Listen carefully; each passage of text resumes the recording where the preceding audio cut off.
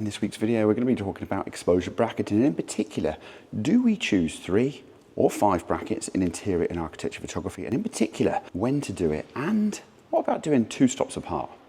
That and more in this week's video. Let's get shooting. For those of you who don't know who I am, my name is James Kerwin, and this is me. I'm an architecture and interior photographer from the UK that is now based in Istanbul. I love shooting heritage, abandoned places, relics, ruins, hidden gems and ghost towns, as well as off the beaten path locations all around the world. You can catch my content weekly, well, when life doesn't take over. So why don't you join me for the ride by subscribing, and you can also check out my website in the description below.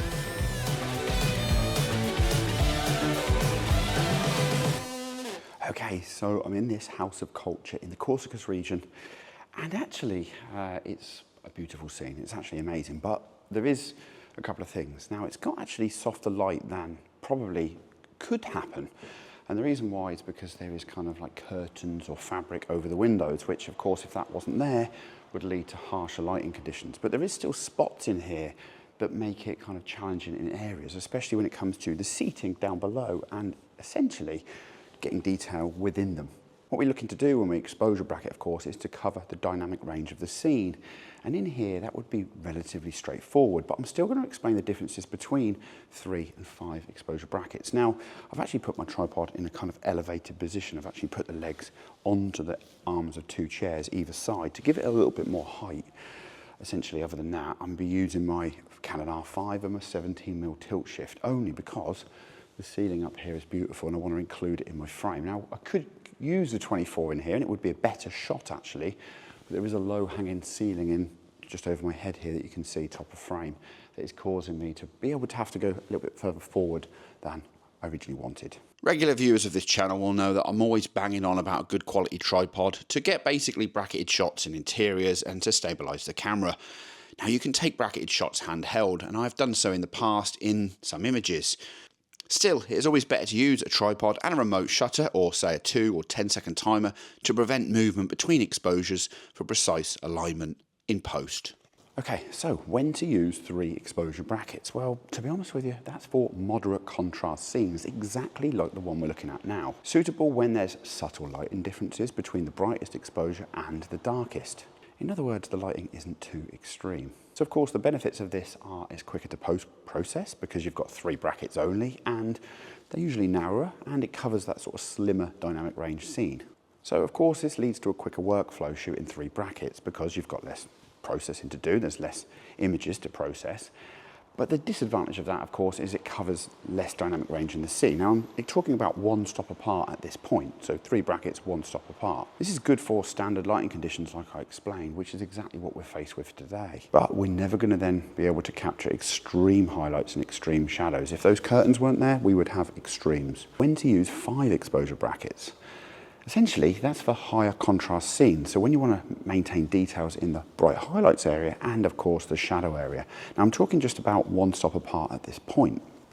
And of course, depending on your editing style, 3 or 5 brackets may actually suit your style. So in other words, you may always want to shoot with 5 brackets because it's the kind of look that you like to go for in post. Of course, 5 brackets is best for challenging lighting conditions, and then things get more complicated. So in a nutshell, 5 brackets is a kind of more fine detail way of working, and 3 brackets is quicker, especially when we start considering 2 stops apart. So in other words, quite a lot, I actually shoot 3 brackets 2 stops apart. You've heard that on the channel many times before.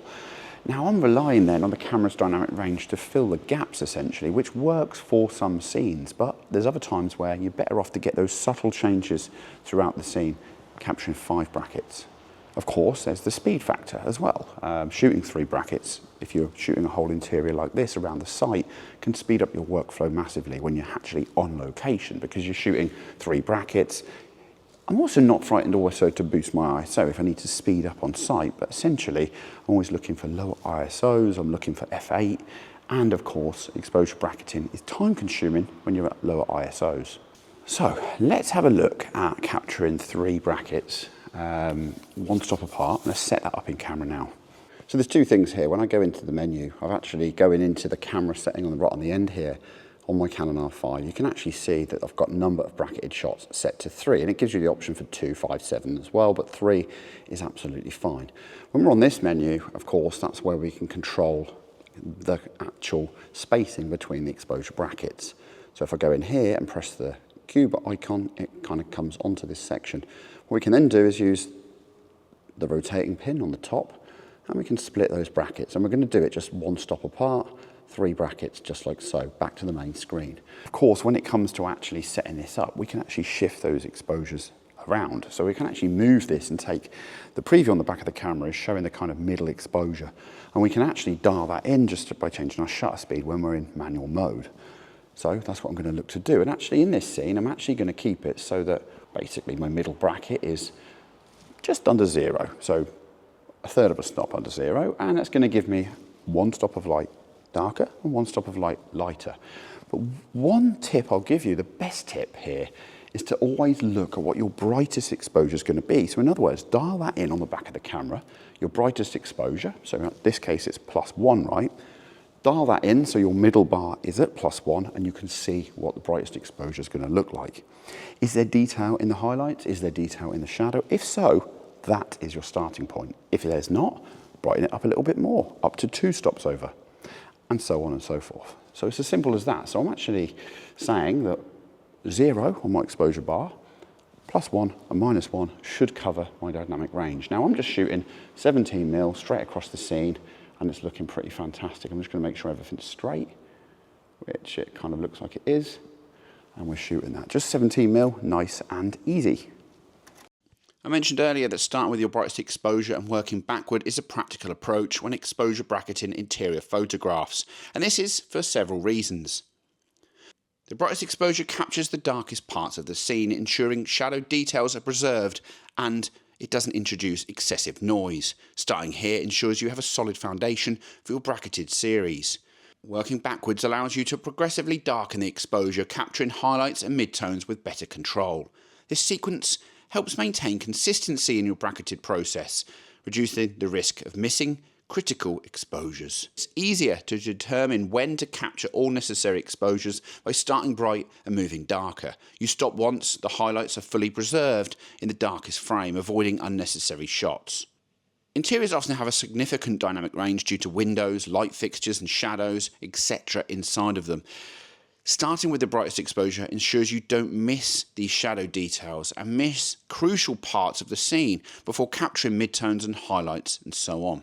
When merging these images together to create a HDR, we start with the properly exposed shadow frame, reduces the likelihood of artifacts or noise in the dark areas. It also makes it simpler to blend exposures naturally, as you have a clear progression of the tones throughout. This method ensures you efficiently capture the entire tonal range of the scene, capturing a balanced and detailed final image. So, I tend to use 3 brackets 1 stop apart for soft, even scenes, actually, just because it sort of suits my editing style primarily. Not to be confused with going 2 stops apart, and we're going to discuss that later on. Of course, that would cover a little bit more dynamic range. This is for softer, subtle scenes. But what if your scene is a little bit more dramatic and actually has a greater range of light? We could also go to 5. So if we go back in the menu here and select this button here, we can actually bring this down to 5. And when we do that, obviously, of course, our exposure bracketing is automatically on. So that means that we're now going to have the option for 5 sitting here. You can see F8, ISO 100. Let's go back to shooting again. Now, same thing applies. We now know that our brightest exposure is, of course, +2 looks fine. So we can actually set our middle exposure onto 0. We're then going to have +1, +2, -1, -2. Nice and easy. And of course, that's going to give us greater flexibility in post as described. It's just going to mean subtle changes basically across the scene.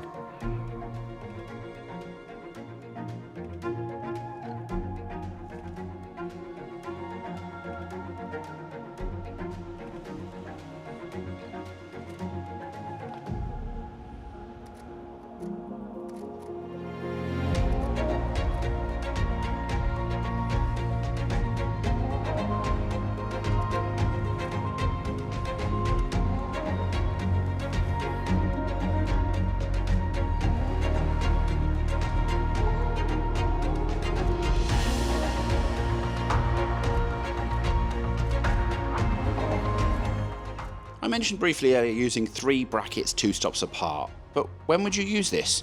Well, balanced lighting primarily, ideal for evenly lit or lower contrast scenes. The wider range in fewer stops, for example exposures 2 stops apart with -2, +2 and 0, you cover more exposure range quickly. Less post-processing is required, fewer images to blend, making it more efficient for simple lighting situations. This leads to quicker shoots, perfect when time-wise you're up against it. I combine this with higher ISO numbers on numerous occasions on my travels. Over the past days prior to this location we're in on today's video, I had used the technique on numerous occasions as well, as shown in the images here.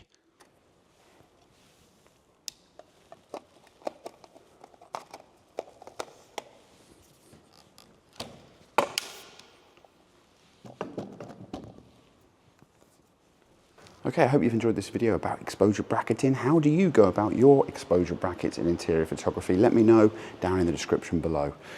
That's all for this week. I hope you've enjoyed it. By the way, if you enjoyed my tripod that I'm using and my geared head, you can check out links in the description below and 17% discount codes for all products on the same website, Kentfaith, both globally and the UK pages too. So it's something that you should go check out if you're into getting some accessories, some gear, and if you're in particular interested in my tripod, and of course that's an affiliate link, I'll get a little kickback on that too. And to be honest with you, I highly recommend it for the current price point, it's insane. So that's all, until next week, see you all very soon.